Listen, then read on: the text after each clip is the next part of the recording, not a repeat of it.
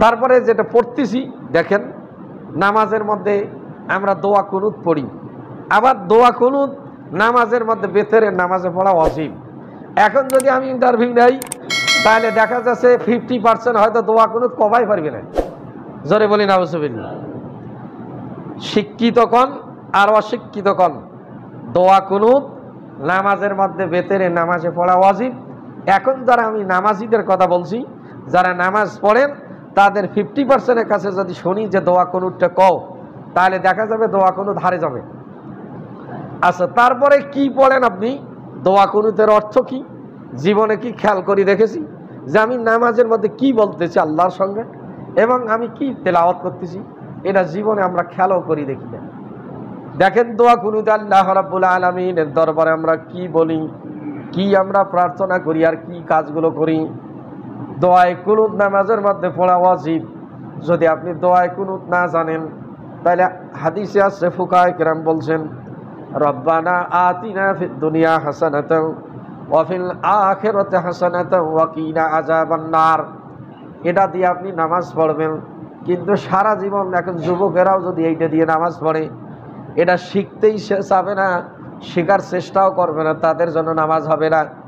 যাদের বয়স নেই লেখাপড়া করার, যারা লেখাপড়া করতেই জানে না, কিতাব পড়তে জানে না, তারা এভাবে নামাজ সমাপ্ত করবে। কিন্তু আমি দোয়া কুনুতে যে পড়তেছি আর আমি কাজ করি কি এ খেয়ালও করি না।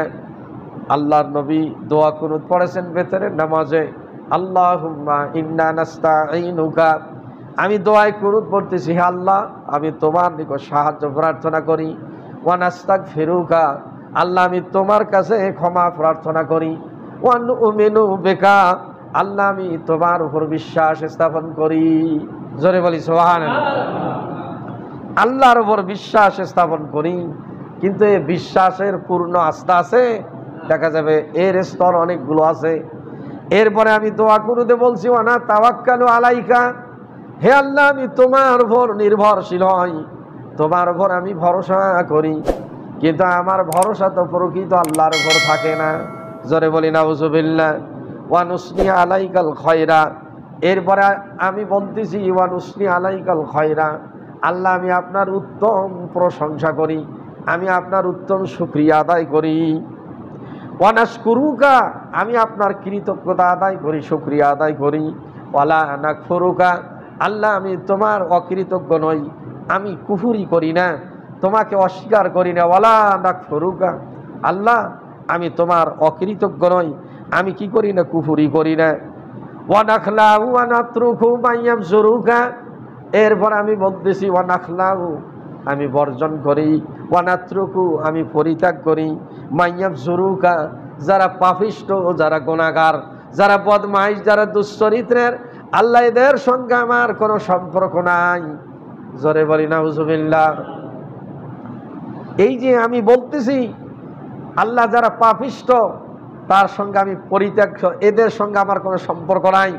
যারা ইসলামের দুশ্মন, যারা ইসলামী রাষ্ট্র কায়েম হোক এরা চায় না, যারা কোরআনের হুকুমত প্রতিষ্ঠিত হোক বিরোধিতা করে, যারা পাপ কাজ করে, প্রকাশ্য গুনার কাজ, আমি আল্লাহর কাছে বলতেছি ওয়া নাখলাউ ওয়া নাতরুকু, আমি তাদেরকে বর্জন করি, আমি তাদেরকে পরিত্যাগ করি।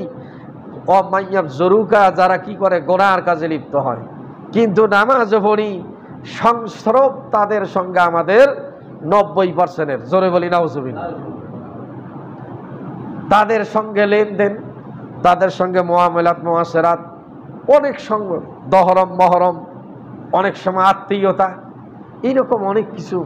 কিন্তু আমি কি ওয়াদা করতেছি সে ওয়াদাও আমি নামাজে জানি না। আল্লাহর কাছে আপনি বলতেছেন আল্লাহুম্মা ইয়্যাকা না'বুদু, আল্লাহ আমি একমাত্র তোমার ওই দাসত্ব করি। আপনি ওয়াদা করতেছেন আল্লাহুম্মা ইয়্যাকা না'বুদু, আল্লাহ একমাত্র আমি তোমার ওই গোলামি করি। ওয়ালাকা নুসল্লি, আমি তোমার ওই জন্য নামাজ আদায় করি। বলছেন ওয়ালাকা নুসল্লি, আমি তোমার জন্যই নামাজ পড়ি।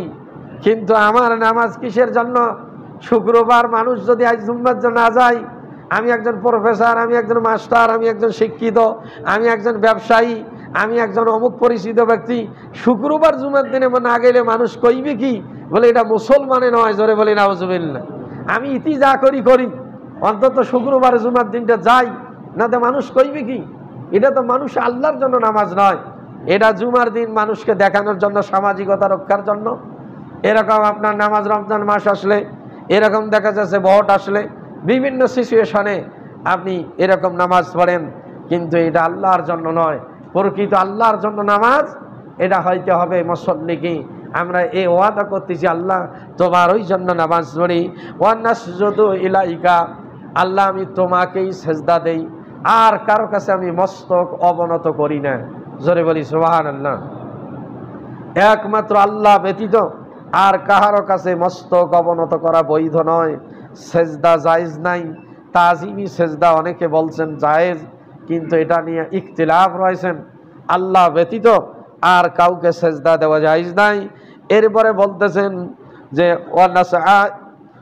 ওয়ানাসজুদু ইলাইকা ওয়ানাসআ ওয়ানাহফিদু, এবং আপনার দিকেই আমরা ধাবিত হই, আপনার দিকেই আমরা প্রত্যাবর্তিত হই, এবং আপনার ওয়াদাগুলো প্রতিপালন করতে আমরা প্রতিজ্ঞাবদ্ধ। ওয়ানারজু রহমাতাকা, আল্লাহ আমরা তোমার রহমতের আশা করি, তোমার রহমত, তোমার বরকত, করুণার আমরা আশা করি। ওয়ানাকশা আযাবাকা, এবং আপনার আযাবকে আমরা ভয় করি। ওয়ানাকশা আযাবাকা, আপনার আযাবকে আল্লাহ আমরা ভয় করি। ইন্না আযাবাকা বিল কুফারি মুলহিক, যদিও আপনি কাফেরদের জন্য এই আযাব অবধারিত করেছেন, নির্ধারিত করেছেন, তারপরে আল্লাহ আপনার আযাবকে আমরা ভয় করি। এ প্রতিশ্রুতি আমরা নামাজে দেই, কিন্তু এটার তো অর্থ জানি না।